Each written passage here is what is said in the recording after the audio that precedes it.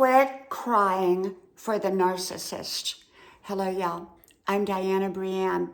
Usually in a narcissistic relationship, there's one person that does all the adjusting. They do all the accommodating.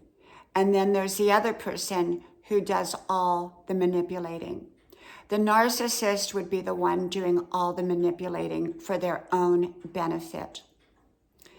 And I believe that often the person who's doing all the adapting, all the adjusting, all the accommodating for the narcissist, that person ends up just being totally exhausted, totally feeling used, and totally unhappy, while the narcissist walks away with what they want. Narcissistic behavior is unhealthy behavior.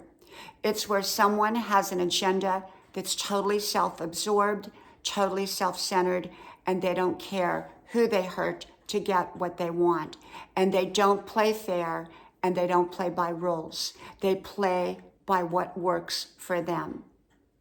And often what works for them is to find someone that they can manipulate, someone that they can use, someone that they can lie about, lie to, that will still be there for them and give them what they want. They use emotional ties to manipulate. They use relationships that love them to manipulate. They use people who cannot speak up as easily as other people. Narcissists are really bullies in disguise. It's just a nice word for a bully. And probably a lot of bullies are narcissists. And so truly, I believe that it's important when we are dealing with a narcissist to understand that they're not going to play fair. They're not going to play by our rules. They're not going to be looking out for our best interest. They're going to be looking out for their own best interest. And they don't care how it affects you. And so for me, the way I deal with any kind of narcissistic behavior is I don't try to change that narcissist. I don't cry for the narcissist.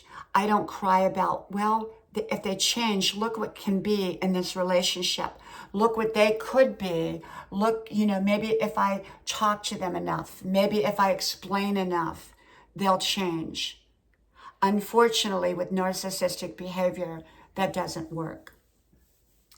And so what I do is I back up to a safe place, to a safe zone, where their behaviors and their choices cannot affect me.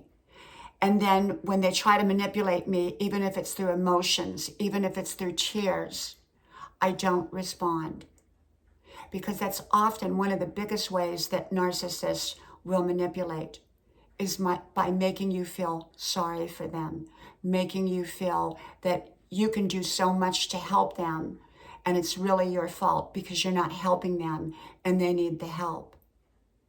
But often they have dug themselves in that hole, and they're just looking for someone to fix their problem that they created, that they don't want to fix. So they want someone else to fix it for them. They want someone else to do the work so that they can continue to break things and then have someone else fix it, and perhaps it's you. And so when we stop playing that game, we don't announce it. We don't run around saying, oh, I'm not going to do this anymore. We don't react. We respond. And we respond in the right way. For me, I respond by backing up. I don't rescue. I don't fix. I let them solve their problem. I quit being an audience to their drama and to their chaos. And I let them figure it out. And when they come to me with tears in their eyes and trying to pull on my emotions, I simply let them know that I love them, I care about them, but they're going to have to fix their own problem. And often that's not what they want to hear. And when they hear that, often they'll be nasty back. Like, you don't care. You don't care about me. And the more you say, the deeper you dig your own hole. So often, no response is the best response. And sometimes walking away can be the very best response. From my house to yours, I hope to talk to you soon again. Bye-bye.